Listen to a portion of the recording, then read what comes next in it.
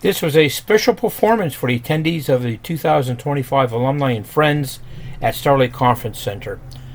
Performed by Michelle Baker on French horn and accompanied by Martha Locker on piano.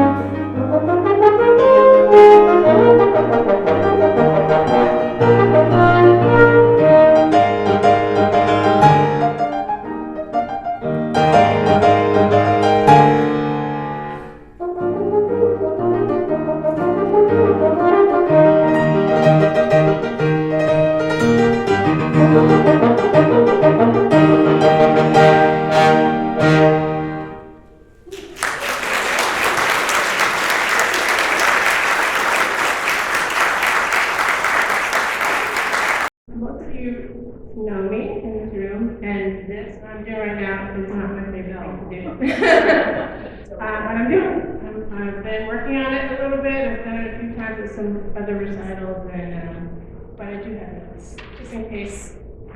Okay, so when Ron asked me to do this, I thought, why me? And so I thought, well, it's because I played at the Met, which wasn't opera for 27 years. No, I don't think it's that. Maybe because I played on the movie soundtracks. I don't know.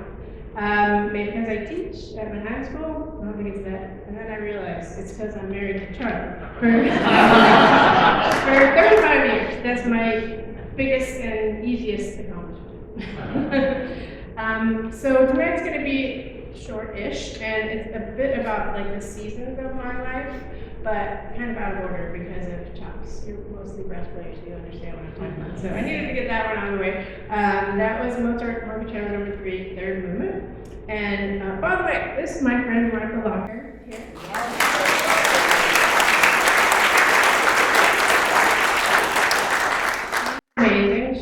accompanies everyone, and the most sought after accompanist I know, and she accompanies at every school in New York, and even Montclair State. Yeah, she's really awesome. And we've known each other a long time. We made a CD together a billion years ago, actually. So, that was for my dad for his birthday. Okay, so I just played Mozart Concerto number 3, the third movement. In my post-Met life, I've been trying to give myself challenges and see where I end up.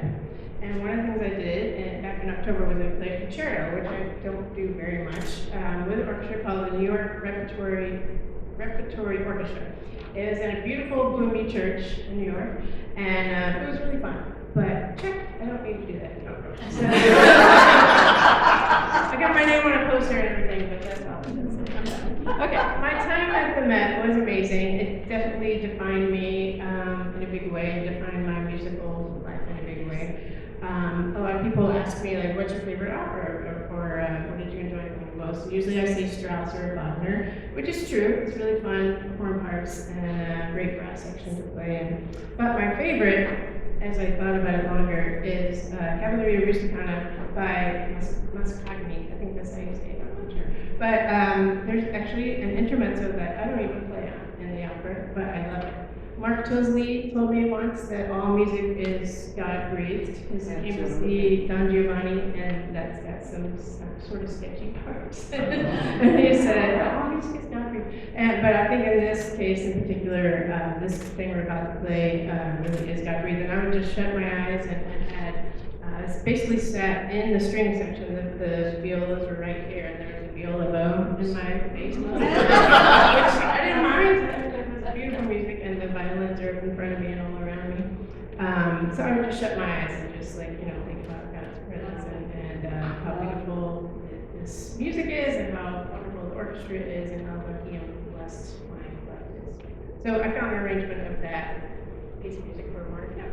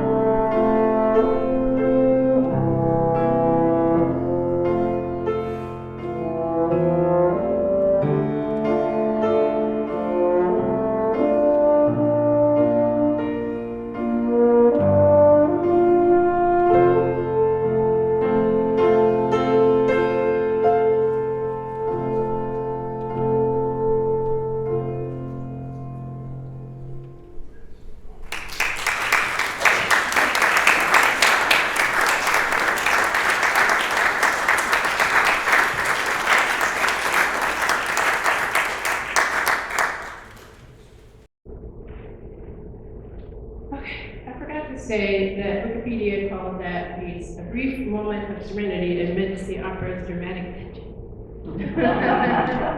It's a very dramatic one. Okay, right after I retired, I started, which is 9 years ago, I started traveling around a bit, doing master classes and doing like little mini recitals, kind of all over the country. And I decided that I needed a piece of my own to play. So I commissioned our friend Dorothy Gates to write me a piece. And there was a piece that I really loved by, anyway, I gave her that piece. I'm blanking now. I should have written that down. Then I gave her that piece, and I said, I want something like this, but for a low horn player. So this other piece is for a high horn player. I love it because it has beautiful melodies, and I played it when I was younger, but not now. And my students all play it. But I'm a low horn player, and I'm going to talk more about that later.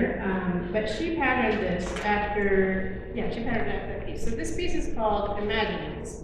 And she wrote it as, I'm going to try to explain this to you, it's a little difficult without like a slideshow or something. She wrote it as imagining my life in retirement with Charlie. So there's actually his name in the piece. So and I'm going to show you what that is in a second, but it's C, and then B flat, it's sometimes called H, like if I'm transposing something and the operator will say in the key of H, and I go down a bit. So that's H, B flat. A is A, D is Re, A is La, you guys all know solfege, I would imagine. Yes. E is E, and E flat is ES, which is sometimes what it'll say if I'm supposed to transpose to E flat, it'll say in ES. So it's CHARLES. So I'm going to play that really slowly so you can hear what it is.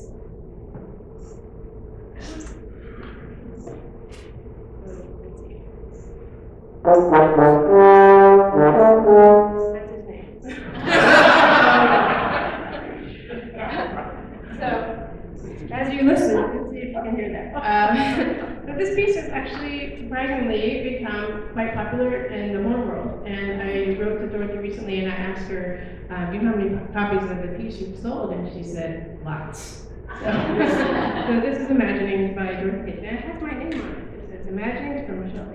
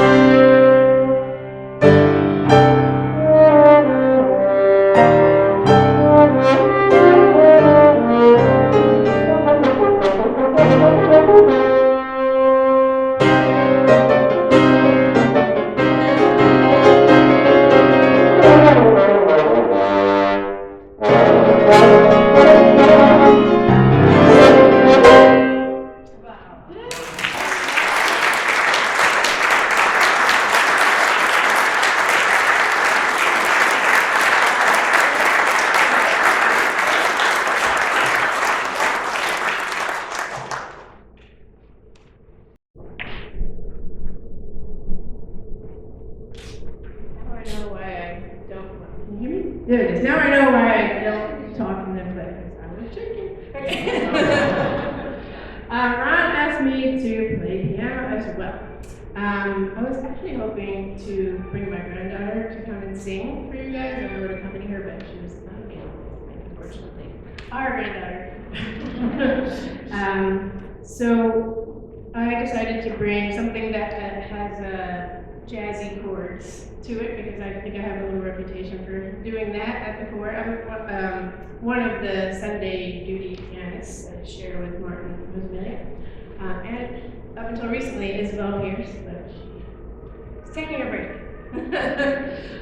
Family is everything to me, and there's a lot of family here tonight, and I consider some of you who aren't my immediate family. I have 5 older brothers, as you read in the program. We've lost both of our parents in 2024, which of course is very difficult. I was very close to them, and we were in Texas pretty much every other month for right about 2 years up until they passed. One of my mom's favorite songs was "His Eyes on the Sparrow," and for those who don't know, of course, says, "I sing because I'm happy, I sing because I'm free. For his eyes on the sparrow, and I know he watches me." I can still hear her singing it, so this is for them.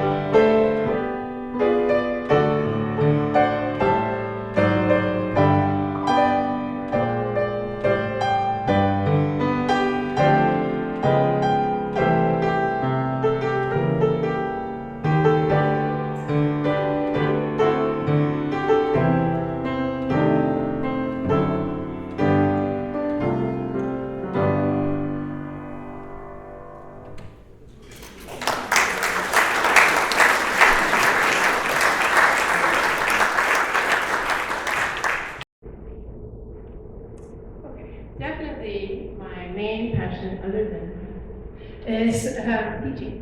I teach at Manhattan School of Music. I've taught at several schools, and finally put all my eggs in this one basket. I have 5 students there, and I'm the chair of the brass department there, and which means I'm in charge of all the faculty, all the brass, which is interesting sometimes.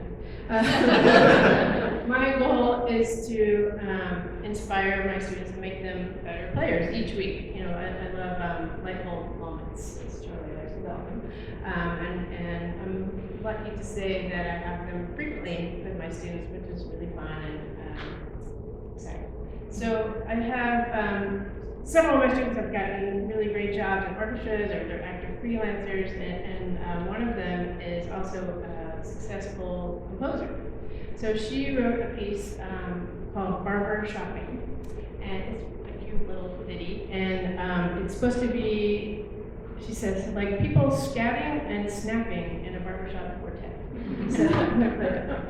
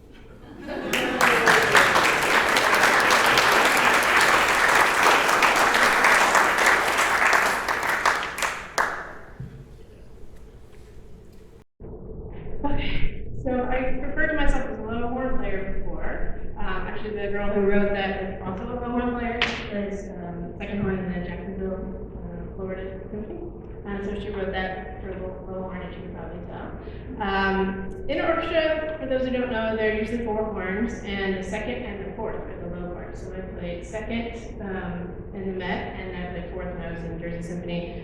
First time and second time I played just recently for a few years.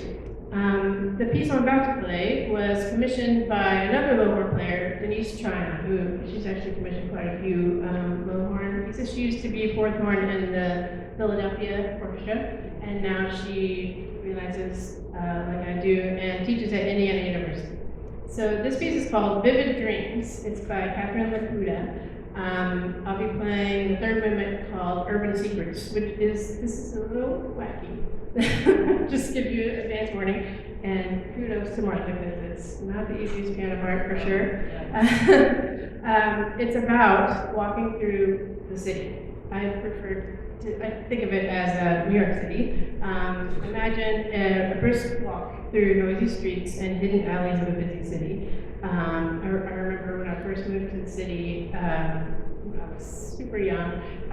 Week 1, I'm walking around just looking at the sights and looking at the buildings and whatever, and literally a cop pulled up and got out of his car and said, "You gotta stop looking like a tourist." Just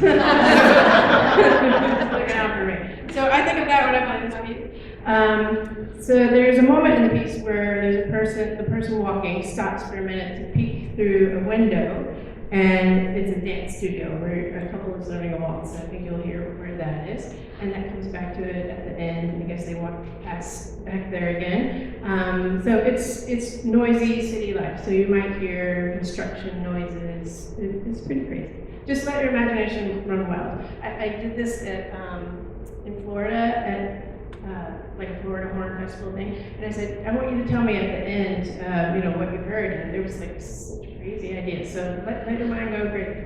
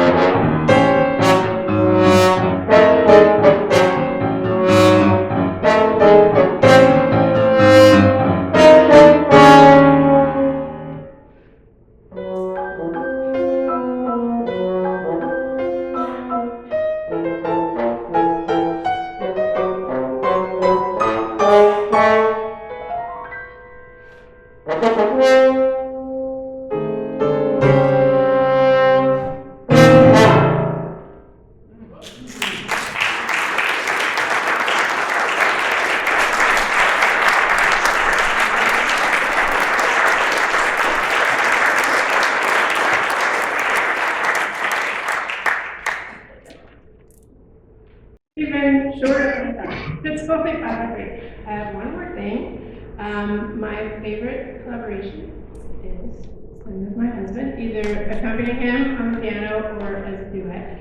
And I asked him to join him on my last piece, which is a Brahms song. I'm gonna butcher how you say it, but So Lass uns wander, which means thus we will wander. The words are, merrily we shall wander over mountain and dale, the great open woods shall be our little room. So we have performed a set of Brahms duets maybe 4 or 5 times, and maybe the first time was with Martha many, many years ago. And so she's, knows this piece well. So we're just gonna do one movement for you guys. It's gonna take a little bit to get Charlie up here on the platform with me, and that'll be our last thing. I just want to say thank you again to Martha.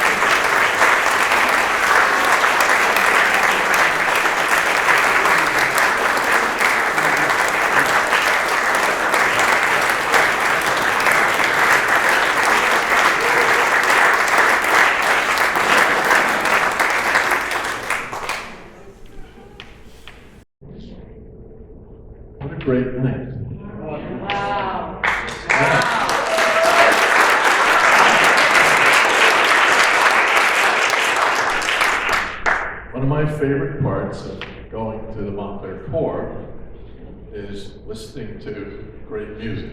Yes. Charlie, for many, many years, was the bandmaster. And we never heard him play enough. He was always playing the stick, which I do a lot now too. But he just makes a beautiful sound. And now I can hear him across the band. So it makes you want to go to the Corps in the morning. I know we're going to worship, but God did some wonderful things with giving us the gift of music. And then Michelle is the perfect example of a Christian. She loves people. If you can see her work with the kids at the Corps, and it comes through her music. There's a warmth, and she's just one of my favorite people in all the world. She's special. I've never told you that. So when she agreed to do this tonight, I didn't care whether you'd like it or not.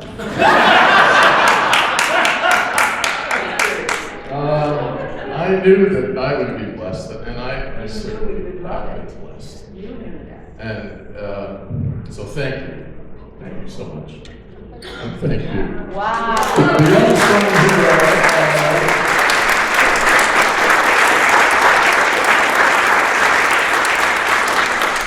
now, funny story too about Michelle. She grew up in a town in Texas called Pearland. Now, when I first saw that name, I didn't know it was Pearl Land or Pearland. English language is complicated.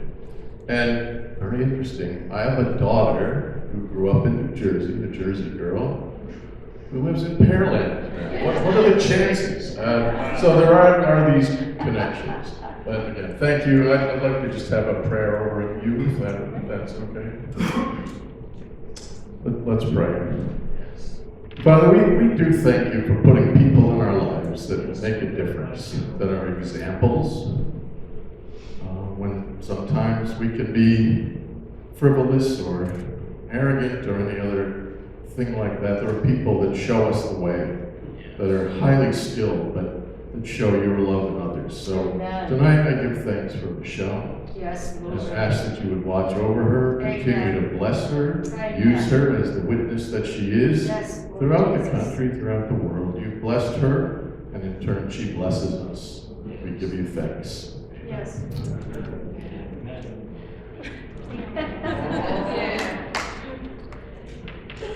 And Renee has something, a presentation, always. Wanted you to have a little something to represent Starlink. Thank you so much for coming. We really Thank appreciate you it. so much.